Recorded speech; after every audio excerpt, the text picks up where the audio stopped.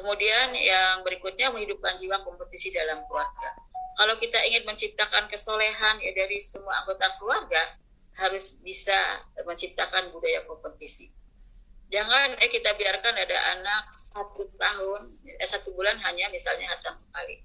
Dia banyak main game, ya, dia banyak tidur, dia banyak istirahat, dia banyak santai. Ya.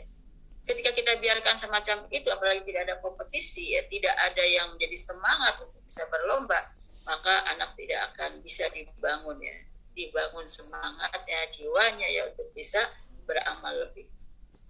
Nah karena itu orang tua bisa memberikan rangsangan, motivasi ya, siapa yang menjadi pemenang akan mendapatkan hadiah apa ya.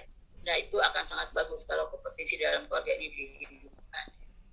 Jadi kita akan bisa melihat, kalau yang sudah hatam kita lingkari ya, kita lingkari tilawah di hari tersebut, di evaluasinya. Kemudian kita bisa membaca dalam sebulan berapa lingkaran merahnya. Itu bisa ketahuan. Anak SD pun kita bisa kondisikan 3 kali hatam ya selama Ramadan. Karena apa? Jiwa kompetisinya dibangun. Jadi ketika kita bisa seperti itu ya, maka akhirnya kita juga yang jadi ibu kan malu kalau kita tidak bisa mengalahkan anak kita. Kalau anaknya di SD sudah 3 kali, masa kita ibunya 2 kali? Padahal kita ya sudah sangat dewasa. Tapi anak yang masih kecil semacam itu luar biasa. Di Darul Quran dulu ada 1 anak setiap hari hatam Quran. Jadi selama 15 hari di pesantren dia bisa 15 kali hatam.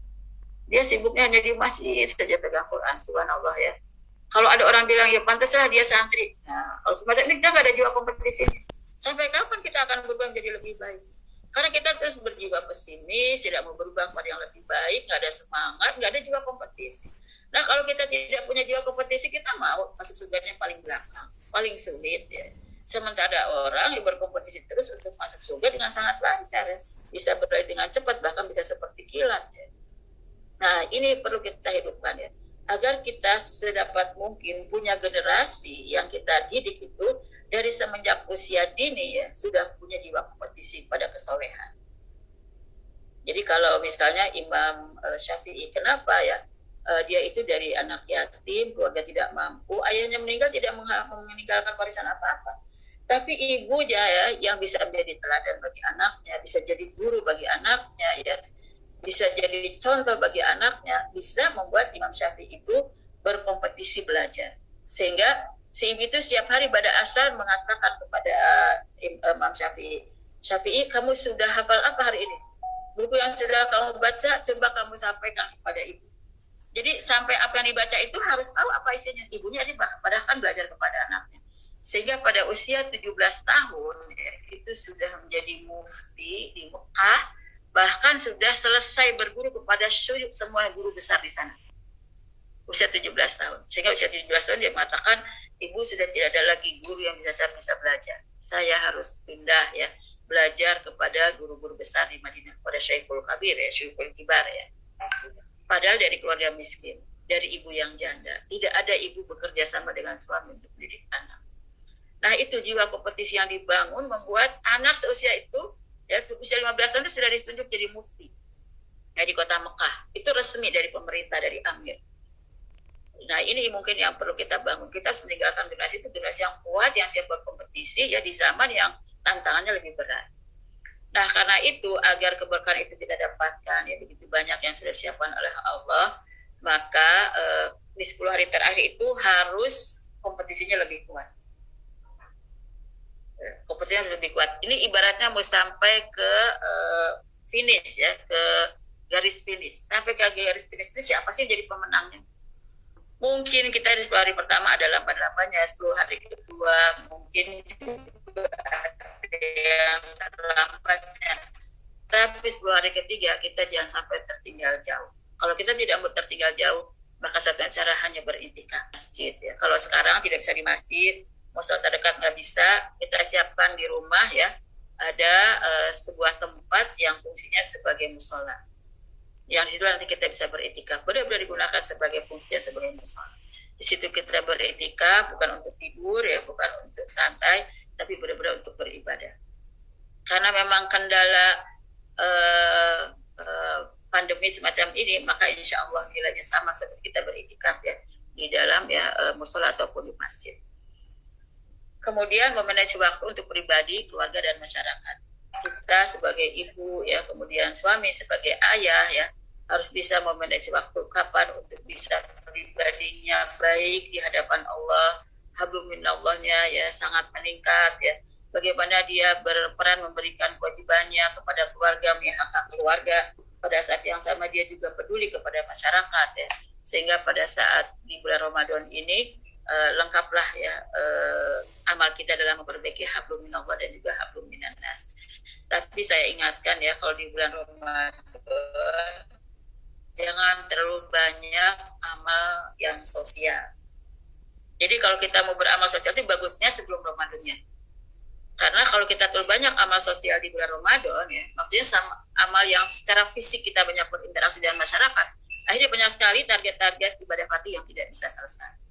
Jadi kalau kita mau sekarang aktivitas sosial kita perbanyak nih sebelum Ramadan pada masyarakat, berbagi ya sekarang, bagi sembako, bagi mukena. Jangan nanti masih bulan Ramadan baru cari mukena, baru cari sembako ya.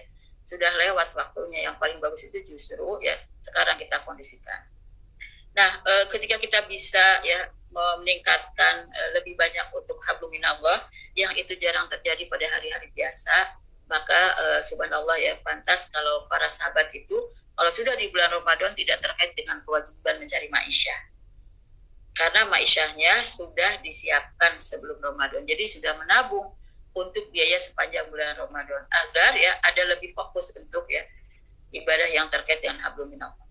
Nah, karena itu ada optimalisasi ibadah ya sepanjang bulan Ramadan. Mudah-mudahan kalau kita pada tahun ini lebih baik lagi ibadah Ramadannya dan terus bisa kita pertahankan pasca Ramadannya, maka pada tahun yang akan datang kita akan memiliki jiwa yang lebih baik, amal soleh yang lebih baik, akhlak yang lebih baik, semua perilaku yang lebih baik. Nah, karena itu terakhir yaitu menjaga amal Ramadan pasca Idul Fitri. Bagaimana amal Ramadan ini supaya tetap bertahan? Jadi begitu nanti Lebaran pertama kita harus bisa mengendalikan nafsu makan kita, mengendalikan nafsu istirahat kita. Kan kita udah kurang tidur lama tuh selama sebulan. Biasanya setelah Ramadan itu setelah Lebaran ngantuk aja bawaan. Kita bisa mengendalikan dengan banyak olahraga ya, dan olahraga dengan ada kegiatan supaya nanti kita tidak menghabiskan waktunya dengan futur. Kalau kita sudah banyak santai di hari Lebaran, sudah misalnya kalau di hari-hari bukan pandemi kan kita bersilaturahmi sana kemari, kita capai pulang-pulang nanti tidur, bangun tidur kita lapar makan, akhirnya kita banyak meninggalkan amal-amal yang biasa di bulan Ramadan dilakukan.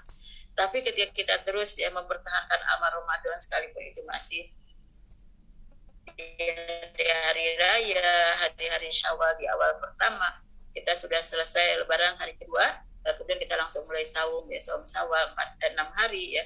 Setelah itu kita jaga ya Qurannya jangan sampai nanti kita kurang dari 1 juz setiap hari.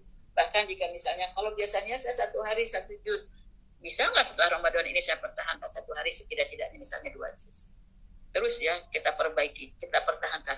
Kalau misalnya kita sudah jauh dari Ramadan, sudah jauh dari Idul Fitrinya, sudah semakin futur, jangan harap ibadah Ramadan yang bagus itu akan bertahan sampai 11 bulan. Jadi harus ada mujahadah pasca Ramadannya untuk mempertahankan amal ibadah yang sudah kita biasa lakukan ya di bulan Ramadan itu. Nah, seandainya ada penurunannya tidak boleh drastis, tidak boleh jauh ya. Penurunannya itu karena kita punya aktivitas dakwah, penurunannya itu karena kita punya aktivitas misalnya kegiatan-kegiatan yang positif, mengajar, atau mungkin tadi misalnya kita berorganisasi harus rapat untuk kepentingan banyak orang dan lain-lain. Tapi di luar itu kita akan kembalikan lagi ya kepada ya amal-amal yang harus kita pertahankan.